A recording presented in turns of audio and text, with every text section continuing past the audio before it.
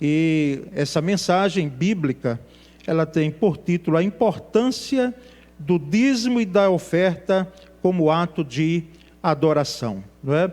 Abra sua Bíblia na segunda carta aos Coríntios, capítulo 9, nós vamos ler do versículo 5 ao 12. 2 Coríntios 9, de 5 a 12.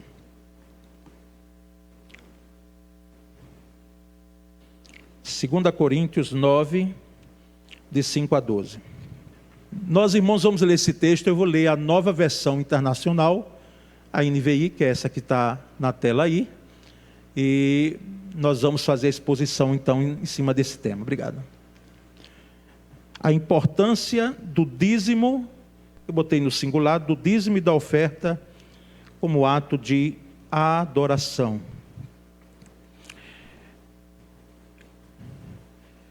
Tenho aqui em minhas mãos a nova atualizada de Almeida, mas eu lerei a NVI, que é a da tela. Diz assim: assim achei necessário recomendar que os irmãos os visitem antes e concluam os preparativos para a contribuição que vocês prometeram. Então ela estará pronta como oferta generosa e não como algo dado com avareza. Lembrem-se, aquele que semeia pouco também colherá pouco, e aquele que semeia com fartura também colherá fartamente. Cada um dê conforme determinou em seu coração, não com pesar ou por obrigação, pois Deus ama quem dá com alegria. O versículo 8 diz: e Deus é poderoso para fazer que lhe seja acrescentada toda graça, para que em todas as coisas, em todo o tempo, tendo tudo o que é necessário, vocês transbordem toda boa obra. Como está escrito, distribuiu, deu os seus bens aos necessitados. A sua justiça dura para sempre. Aquele que supre a semente ao que semeia e o pão ao que come, também lhe suprirá e aumentará a semente e fará crescer os frutos da sua justiça. Vocês serão enriquecidos de todas as formas, para que possam ser generosos em qualquer ocasião e por nosso intermédio, a sua generosidade resulte em ação de graças a Deus. Amém. Graças a Deus, irmãos. Um pouquinho de água para podermos ter uma exposição melhor. Irmãos, nós vivemos em uma época em que falar sobre dízimo e oferta na igreja é delicado. Falar sobre dízimo e oferta. Até porque Delfim Neto, não é, conhecido de mais tempo, que faleceu ano passado, foi ministro da Fazenda, ele disse que a parte mais sensível do corpo humano é o bolso. A parte mais sensível do ser humano é o bolso. Nós, biblicamente, teologicamente, discordamos, né? Porque a parte mais sensível do ser humano é a vida humana. É o que nós chamamos de coração, né? Que é todo ser. Mas não foi em vão que foi dito isso. Porque o ser humano, ele se firma, ele se fundamenta, e aqui nós não queremos, em hipótese alguma, deixar de lado a precaução, o cuidado que nós devemos ter em cuidar das finanças, não é? Porque existem situações na nossa vida que ocorrem e que elas não mandam avisos e nos pegam de surpresa, e nós temos uma demanda financeira maior do que o orçamento. Nós sabemos disso. Hoje, é claro que os irmãos que fazem compras, não é? Que vão principalmente no supermercado, no alimento, sabem que a gente está trazendo menos para casa. Então, tudo isso nós sabemos. E entendemos, irmãos, que quando se trata de dízimos e ofertas, o texto nos lembra que quando contribuímos para a obra de Deus, nossas ofertas se transformam em louvor, em adoração. E a Bíblia trata, irmãos, seriamente esse tema, o tema de dízimos e ofertas, de contribuição, né, para a obra de Deus. É uma conexão divina nesse texto entre generosidade e adoração.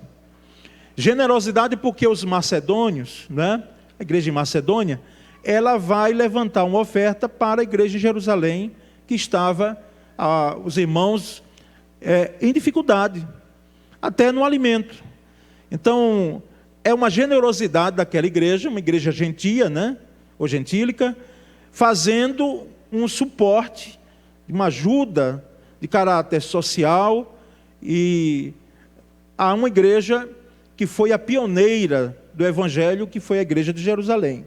E também há uma conexão aqui, irmãos, uma ligação entre suprimento e gratidão. Porque essa igreja em Macedônia, ela supre, não é? E pode também, aliás, essa igreja em Corinto, que Macedônia, irmãos, Macedônia tem a ver com a noite. Então aqui é Corinto. Essa igreja em Corinto, ela tem o suporte para dar à igreja em Jerusalém. E isso, essa evidência, essa realização, ela transborda em gratidão, tanto do apóstolo Paulo, quanto daqueles que fazem a igreja em Jerusalém. Meus irmãos, nós percebemos que a adoração é um propósito essencial para o qual Deus criou o ser humano. Adoração. Inclusive, há um texto que diz que nós somos feitos, lá em Salmo, para o louvor da glória de Deus. Então, esse aspecto de adoração, no contexto bíblico, se presta a alguém que possui atributos divinos. Nós adoramos a quem? A Deus. E quando o ser humano não adora a Deus, ele vai adorar a alguém ou a alguma coisa. E aí nós temos o caso dos ídolos, né, da idolatria. E quem sabe, essa pessoa que não adora a Deus, ela vai adorar ela mesma. Às vezes até inconscientemente ou conscientemente. Então ela se faz de um Deus, ou ela elege deuses, né? Porque Deus só existe um, a divindade Pai, Filho e Espírito Santo, triunidade que cremos. Mas se a pessoa não adora a Deus, ela vai adorar, quem sabe até uma ideologia, um pensamento que ela tem, uma forma de ser. Então, o ser humano é próprio em adorar. Inclusive a antropologia teológica trabalha isso muito bem, de que o ser humano ele é propenso a adorar alguém. Pode adorar como temos hoje os ídolos, né? E são chamados, lamentavelmente mesmo, os jogadores de futebol, não é? Os artistas. Não é? Eu espero que da boca de um cristão não saia uma expressão como essa. Porque eu não sei se você sabe que você está falando que o seu ídolo é o artista A, o jogador B, porque ídolo, irmãos, está ligado à idolatria, e a idolatria, ela nunca foi bem vista aos olhos de Deus, ao contrário, sempre foi rechaçada, porque Deus disse que Ele não compartilha, Ele não aceita, não é? Alguém pode dizer, mas que Deus exclusivista, e é mesmo, não é? Ele não aceita dividir a glória dele com ninguém mais. Então é bom nos policiarmos até em algo que a gente diz que é culturalmente aceito, né? Mas que tem implicações dentro da espiritualidade. No Salmo 95, versículo 6, que os irmãos têm aí, vamos adiante, ele diz assim: venham, adoremos, prostrados e ajoelhemos diante do Senhor, o nosso Criador. Então, adorar é reconhecer quem é Deus. Nós adoramos, inclusive quinta-feira passada, nós estávamos lembrando a diferença entre adoração e louvor, que não tem essa coisa toda não, porque os dois estão juntos. Aqui nós entendemos a adoração como fazermos atos de culto, celebrarmos ao Senhor pelo que Ele é, reconhecemos a sua soberania, e louvor pelo que Ele fez, pelo que Ele faz e pelo que Ele fará. Isso é louvor, louvamos a Deus pelos feitos de Deus. Então, irmãos, esse esses pontos em relação, aqui levantados em relação à adoração, são importantes. Porque tem gente também que, quem sabe, pode adorar dinheiro. Embora sabemos da importância do dinheiro, sabemos da importância das finanças, mas quem sabe alguém pode estar dizendo ainda hoje, como eu vi há mais de 30 anos atrás, no início do meu ministério, alguém batendo no bolso e dizendo: o meu Deus é o meu bolso, é o meu dinheiro, é o que me dá o que eu quero, o que eu preciso, não é o que eu vou atrás e idealizo. O meu Deus é o meu dinheiro. Alguém pensou antes dele, porque Jesus conta uma parábola de alguém que, produzindo na sua fazenda, né, aquele ambiente na zona rural, e tinha muito trigo plantado, e tinha muitos celeiros, mas ele disse: eu vou derrubar tudo, vou construir mais, e depois vou plantar muito trigo, e depois vou dizer, olha quanto depois, né? Depois vou dizer a minha alma. A Bíblia traz assim: a minha alma, come, bebe, folga, regala-te, festeja, celebra, porque você não passará mais necessidade. E aí, no final da parábola, Jesus, falando sobre a finitude, né, na nossa vida, diz que teve alguém que perguntou para ele: sim, e tudo que você tem agora guardado, para quem será? Não é? E o texto nem entra nem em detalhes se tinham herdeiros, etc. E mesmo que os tivessem, era alguém que estava totalmente equivocado, fazendo daquele... Porque prosperar é algum problema? É algum pecado? Não. Meu irmão, aumente os seus celeiros, avance as suas tendas, empenhe-se. O grande erro desse homem é que ele, inclusive, disse à própria alma que a alma não ia passar de uma necessidade, como se a alma se fartasse de bens materiais. Não se farta.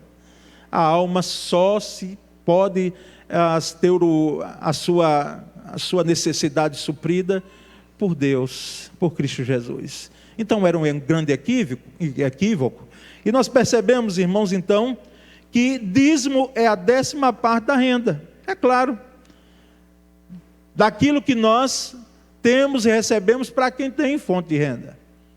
E a oferta é uma contribuição voluntária, que nós pais, crentes, fazemos muito bem, desde a mais tenra idade, trazermos nossos filhos aqui. Eu fico vendo ali, não olho muito para alguém não olhar para mim e dizer: pastor, está muito firmado ali. Não, às vezes nem olho, né? Tento me policiar, mas nós sabemos de alguns pais até que levantam seus filhos aqui e para que eles possam vir entregar, ou em algum momento da vida ter essa dimensão da necessidade de contribuir, sabendo que oferta é algo voluntário. O texto que nós lemos está um texto muito mais característico de oferta.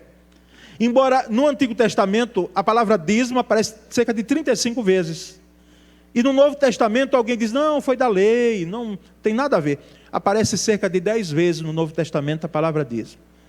E não existe nenhum versículo, nenhum texto, nenhuma palavra dos apóstolos que escreveram, e nem do próprio Cristo. Porque aquele texto em Mateus 23, ali Jesus está condenando a prática não do dízimo, mas a maneira como era feita pelos fariseus. Eles entregavam os dízimos e as ofertas e se ufanavam. Eles se achavam que estava cumprindo toda a lei, fazendo isso. É como alguém que pode colocar na cabeça: só eu entrego o meu dízimo, minhas ofertas, pronto. O pastor lá que se vire, né? E a igreja lá que faça, porque eu já estou cumprindo a missão. Não está não. Essa é uma parte que nós sabemos que nos cabe, mas nós precisamos, e nós vamos ver um pouquinho mais adiante, as implicações em relação à contribuição na obra de Deus. Então, irmãos, nós entregamos dízimos e ofertas como um ato de reconhecimento de que tudo que temos vem de Deus. Tudo que temos vem de Deus. E o Salmo 24 diz isso claramente, já reiteramos aqui em outras mensagens: do Senhor é a terra e a sua plenitude, o mundo e aqueles que nele habitam. Então tudo provém de Deus. Esse reconhecimento nos leva a nós podermos manter a obra de Deus através de dízimos e ofertas, e nós percebemos que a adoração, então, nesse Antigo Testamento, na Antiga Aliança, ela sempre tinha algo a ofertar. Aquele que prestava culto, é claro que era um culto muito mais prático, porque era um culto que era você levar um animal para ser sacrificado, lá na Antiga Aliança, ou trazer ofertas, as ofertas de libação, que eram bebidas, como vinho, ou outras ofertas simples, como os pais de Jesus deram, o casal de pombinhos, não é? Então, a Antiga Aliança, ela tinha uma forma de que todo culto, toda adoração tinha que se ofertar, tinha que se entregar algo a Deus, mesmo que Deus não precise. Nós precisamos entender que Deus não precisa e nem precisou de nada. Ele é autossuficiente. Eu e você, nós não somos. Mas a obra dele no Novo Testamento, a fonte geradora, a forma, não recebemos dinheiro de nenhuma outra fonte, a não ser alguém que queira, de fato, doar, e assim por sérias restrições, recomendações, alguns critérios que temos. Poder público jamais recebemos. Por quê? Porque também nós sabemos que essa obra, ela é uma obra que deve ser sustentada por nós. Deus assim o quis. E todos os momentos do culto, irmãos, de uma igreja, são atos de adoração, e a entrega de dízimos e ofertas não é uma exceção. É porque muitas vezes nós separamos dinheiro de adoração ou de culto. Tem nada a ver, tem tudo a ver.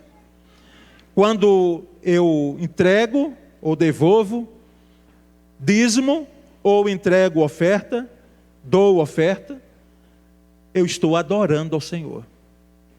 A minha oferta, ela vai ser fruto de glorificação a Deus. E, irmãos, no Salmo 96:8, nós percebemos isso claramente. O texto diz: deem ao Senhor a glória devida ao seu nome, e entrem nos seus átrios, nos seus pátios, trazendo ofertas, trazendo oferendas, trazendo ofertas. Esse texto aí nos traz claramente lá o salmista dizendo: olha, eu vou comparecer diante do Senhor oferecendo, ofertando, entregando algo. E dízimo e oferta como atos de adoração são as fontes, então, geradoras de recursos para a manutenção e expansão da obra de Deus. Não temos outra, irmãos. E assim, não temos outra instituição a fazer o que a igreja deve fazer. Porque quem fará, irmãos? Quem fará a missão que nos compete?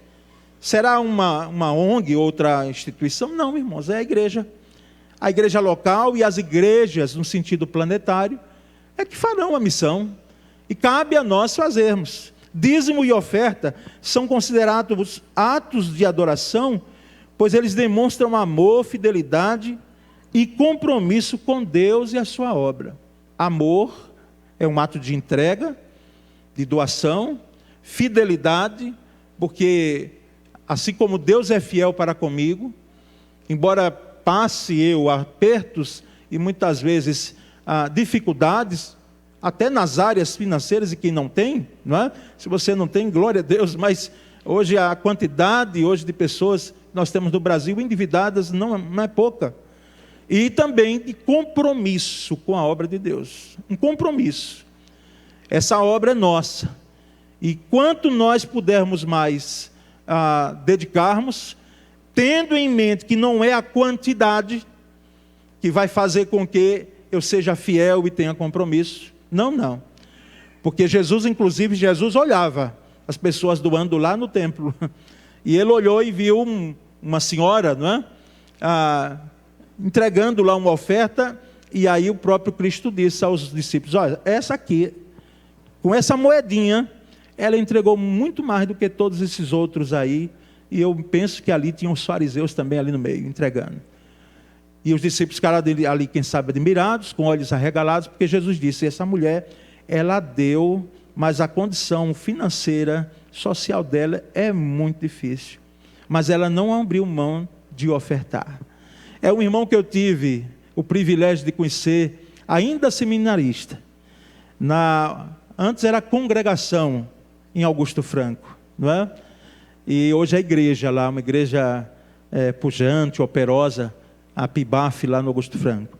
Mas lá em 1992, algumas pessoas aqui não tinham nascido, mas muitos outros já tinham.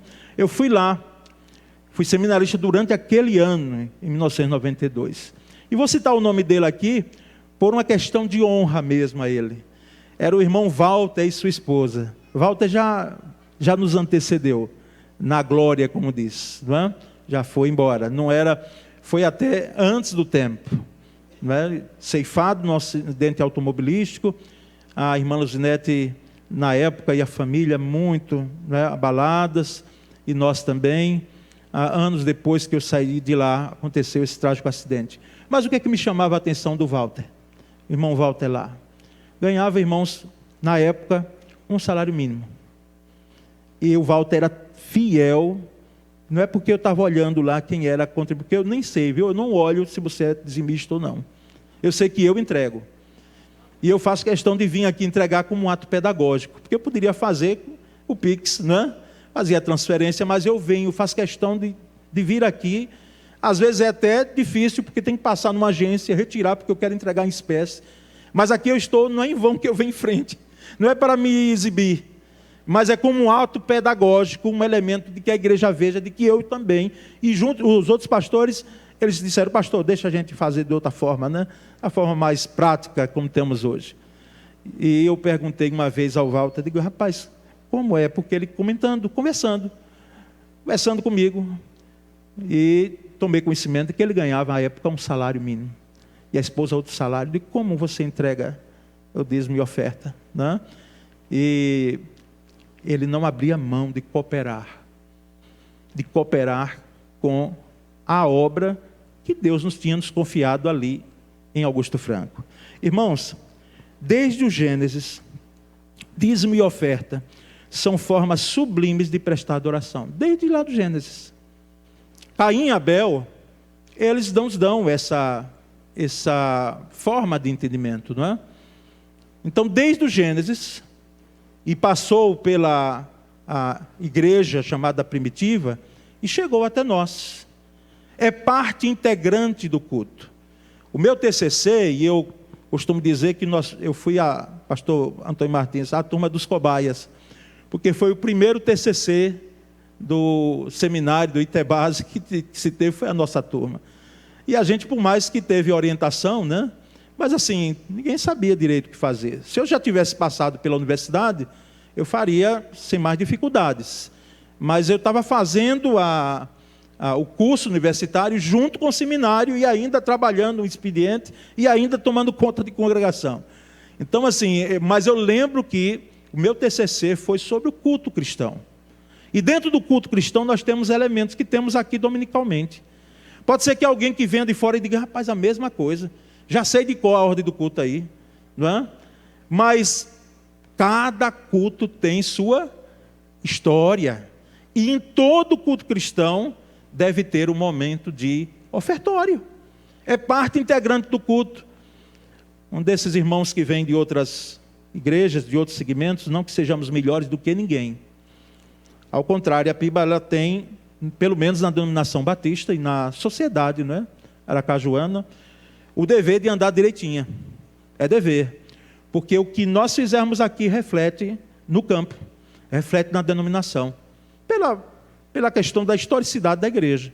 Mas alguém comentou, disse: pastor, é interessante, dízimo de ofertas aqui é algo assim, quase que subliminar.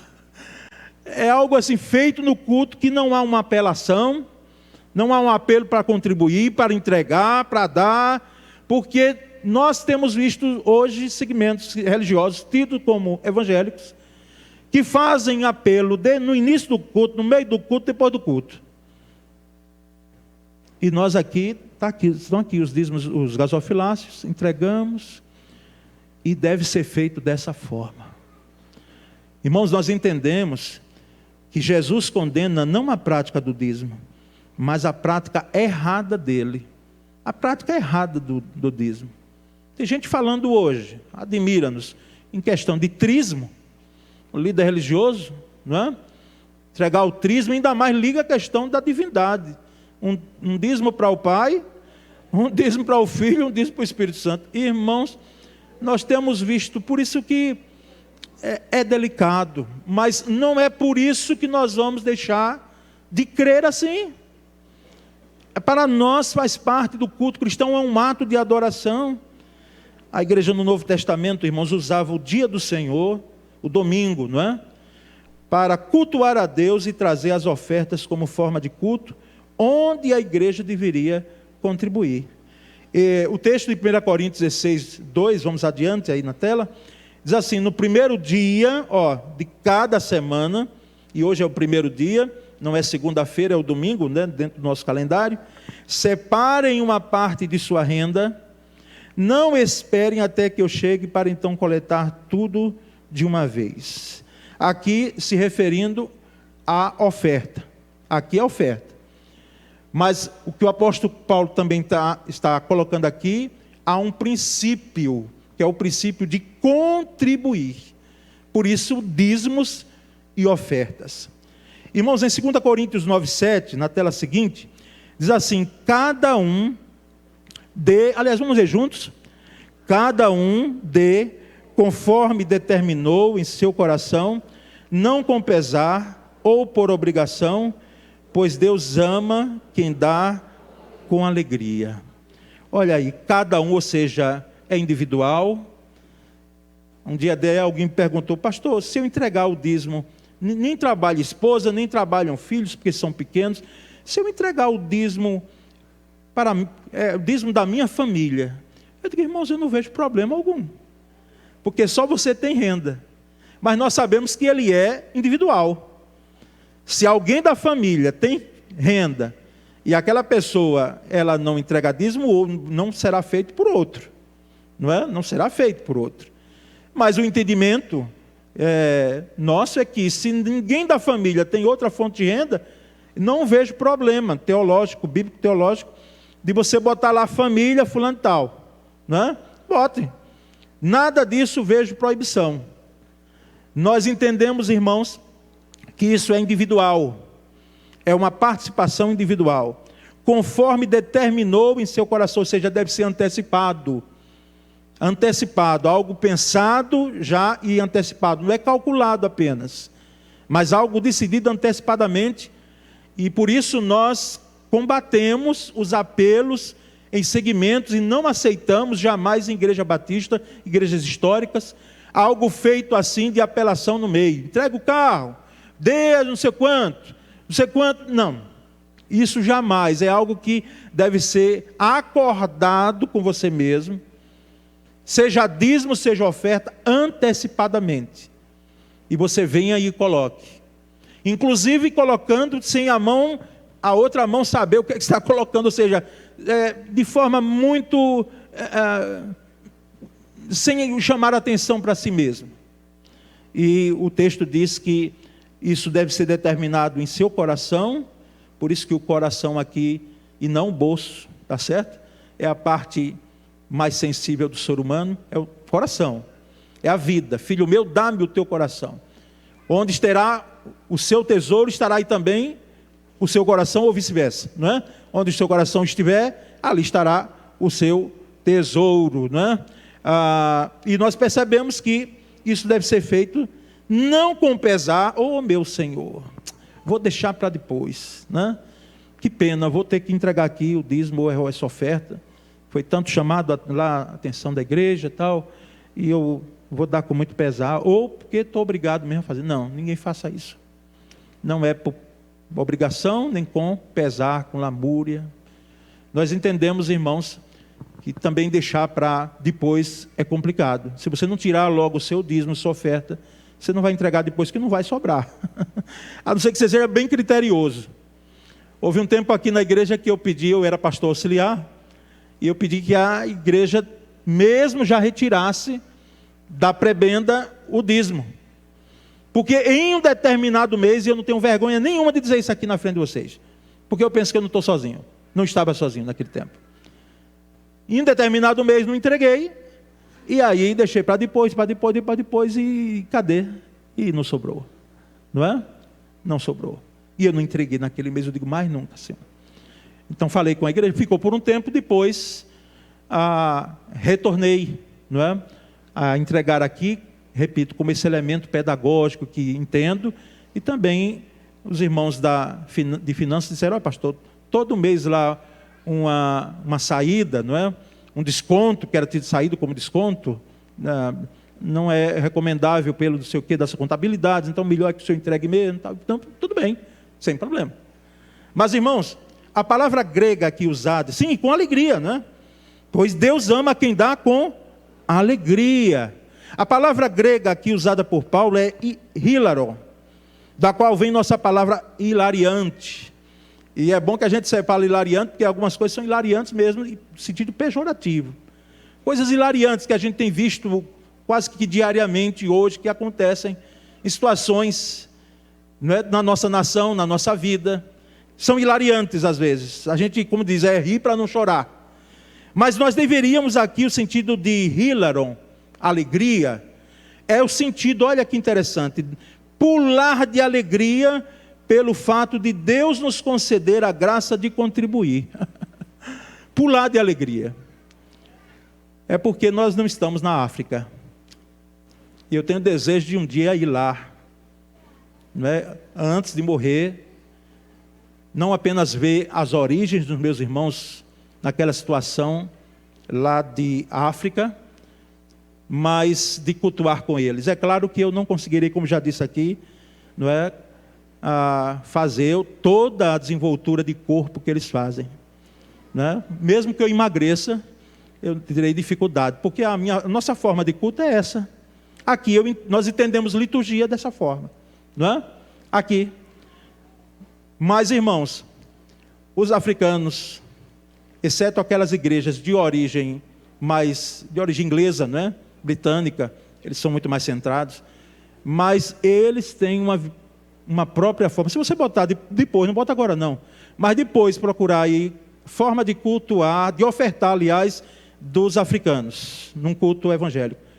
Não tem como os irmãos, alguém ficar parado lá. Eles vêm dançando, vêm pulando, alguns vêm pulando, e entregam lá, e fazem aquela coisa, aquela coreografia enorme. Nós precisamos fazer isso? Não. Mas o que é que o apóstolo Paulo está dizendo aqui para nós? Em hilaron, com alegria. Com alegria, com regozijo, pelo privilégio de contribuir. Confesse você que já deu uma oferta, quem sabe até a alguém, porque a oferta você pode dar a alguém para poder ajudar. O ruim é se isso continua sistematicamente, não é? Para uma pessoa só. Aí nós não estamos ajudando não. Mas você pode entregar. Dízimo é a igreja. E a liderança da igreja, e a igreja, no nosso caso aqui, decidimos que nós votamos o orçamento, né? No início do ano. E é a igreja quem administra, mas a oferta você pode entregar. Como no tempo de seminário, nós tínhamos colegas que recebiam mais, tinham mais mantenedores e recebiam mais ofertas, e a gente era orientado, se nesse caso, colocar lá dentro do travesseiro da pessoa, ou dentro do sapato. Quando ele ia, estava lá, ele já sabia, a gente já era orientado de que ali algum aluno que você não sabia quem, entregou aquela oferta, não é? Mas, irmãos, nós sabemos que nos sentimos muito alegres quando contribuímos. Receber é bom, mas quando você faz, quando você entrega, vamos ser assim, não é maravilhoso? Não há uma alegria em nós em contribuir e ajudar? E o dízimo e a oferta, irmãos, como atos de adoração, residem no reconhecimento, então, da soberania de Deus sobre todas as coisas e na expressão de gratidão. Quando nós entregamos dízimos e ofertas, nós estamos dizendo para nós mesmos, não é? Olha, nós reconhecemos, eu reconheço a soberania de Deus, o cuidado de Deus, a provisão de Deus em minha vida. E também eu faço isso como expressão de gratidão, porque eu tenho o compromisso de contribuir com a obra de Deus. Considerações finais, irmãos, a esta palavra bíblica nessa manhã. Primeiro, não contribua para ser abençoado. Contribua porque você é abençoado e abençoador. Então não contribua para ser abençoado.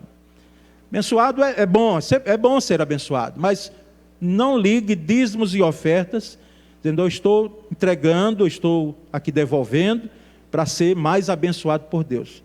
Não. Deus abençoa com a sua graça e soberania, sem nós colocarmos esse motivo. Segundo, é importante avaliar a motivação ao contribuir. Por que é que nós contribuímos? Por quê? Nós contribuímos para fazermos um negócio com Deus, uma barganha com Deus, ou contribuímos mais do que pelo dever, pelo compromisso, nós contribuímos pela alegria, a alegria que nos é dada em contribuir. Terceiro, as contribuições não servem, olha aí, para trocar favores com Deus. Não servem. Se você ouvir em alguma TV, em algum programa de rádio, algum pregador dizendo, olha, é uma aliança que você tem com Deus. Você faz o seu sacrifício, e Ele, Deus, está obrigado a cumprir a parte dele, como se fosse um contrato. Um contrato que nós assinamos aqui, e às vezes a gente tem que ler, porque são muitas laudas, né? O jurídico nos ajuda lendo e diz, pastor, pode assinar, está tudo ok. E eu, não desconfiando em nada, mas tenho o costume de ler também todos os contratos que assinamos. E vem muitas cláusulas. Vem muitas. Mas o fato aqui é que Deus não está obrigado a nada, irmãos. Não está, não. Essa pessoa que diz isso, ela está equivocada. E eu penso que ela sabe disso. Mas vende isso como se fosse algo a ser feito, assim naturalmente. Eu faço a minha parte, cumpro a minha parte, faço a entrega de dízimo e oferta, e Deus está obrigado a fazer a parte dele, que é me abençoar. Não é assim. A oferta de si mesmo é o que Deus mais deseja. A oferta de nós mesmos é o que Deus mais deseja. Ou seja, você e eu, nós somos a maior e melhor oferta. Você está entendendo isso? Dízimo e oferta são importantes e necessários, são atos de culto.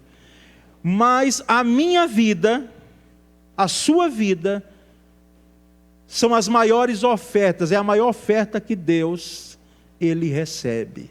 E isso está muito claro em 2 Coríntios 8,5. Veja, agora os macedônios vêm, ele aqui. Os macedônios, eu estava lá complicando, que eram os coríntios que tinham feito a coleta. Os cristãos macedônios, em primeiro lugar, entregaram-se a si mesmos ao Senhor. Então, os macedônios, antes de contribuírem com Jerusalém, a igreja de Jerusalém, eles primeiramente, antes de entregarem qualquer oferta, de fazerem qualquer coleta, eles se entregaram ao Senhor. Então essa é a maior oferta. A maior oferta é a nossa vida. Porque quando a nossa vida, todo o nosso ser, o nosso coração, estiverem envolvidos no Senhor, estiverem arraigados no Senhor, nós, irmãos, quem sabe, não teremos mais necessidade de trazer pregação dessa aqui, desse porte. Nós não ouviremos mais em nossas assembleias dizendo, o percentual está pequeno de contribuintes, vamos aumentar. Eu estava lendo ontem que esse percentual persiste em igrejas no Brasil inteiro. Igrejas no Brasil, uma pesquisa feita, que igrejas no Brasil inteiro têm um percentual de contribuição como a nossa. Mas, irmãos, é a nossa maior oferta. Eu já fiz aqui, já relatei essa ilustração, e não gostaria de relatar de novo, da menina que, numa campanha evangelística, tirado oferta nos Estados Unidos, num ginásio, e eram caixas de papelão. Eu estou contando de novo, né? Mas quem não ouviu, ouve de novo, né? Quem não ouviu, ouve.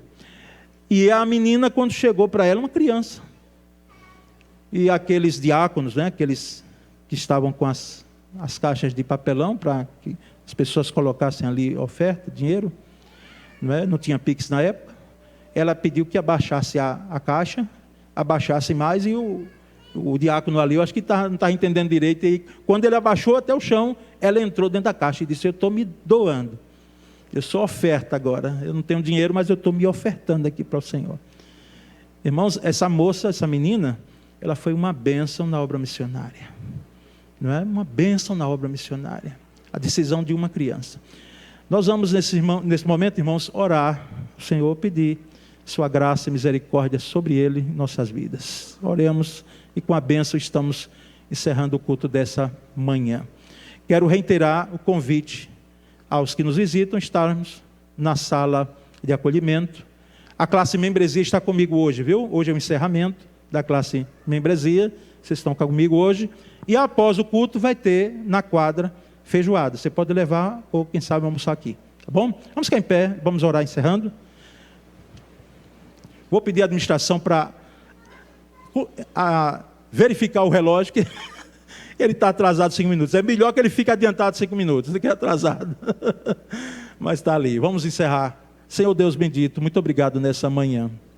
Agradecemos nesse momento pelo culto que prestamos, o privilégio que tivemos, Senhor, de prestar culto livremente. Agradecemos pelo privilégio de contribuir. Ó Deus bendito, faz com que essa explanação bíblica seja uma realidade em nossas vidas, que cada vez que entregarmos dízimos e ofertas, possamos sempre ter em nossos corações em mente de que estamos prestando culto ao Senhor. Nós adoramos, nós louvamos o Teu nome. Que o amor de Deus o Pai, a graça de Jesus, o nosso Senhor, e a doce e poderosa comunhão do Espírito Santo seja conosco hoje e sempre. Amém.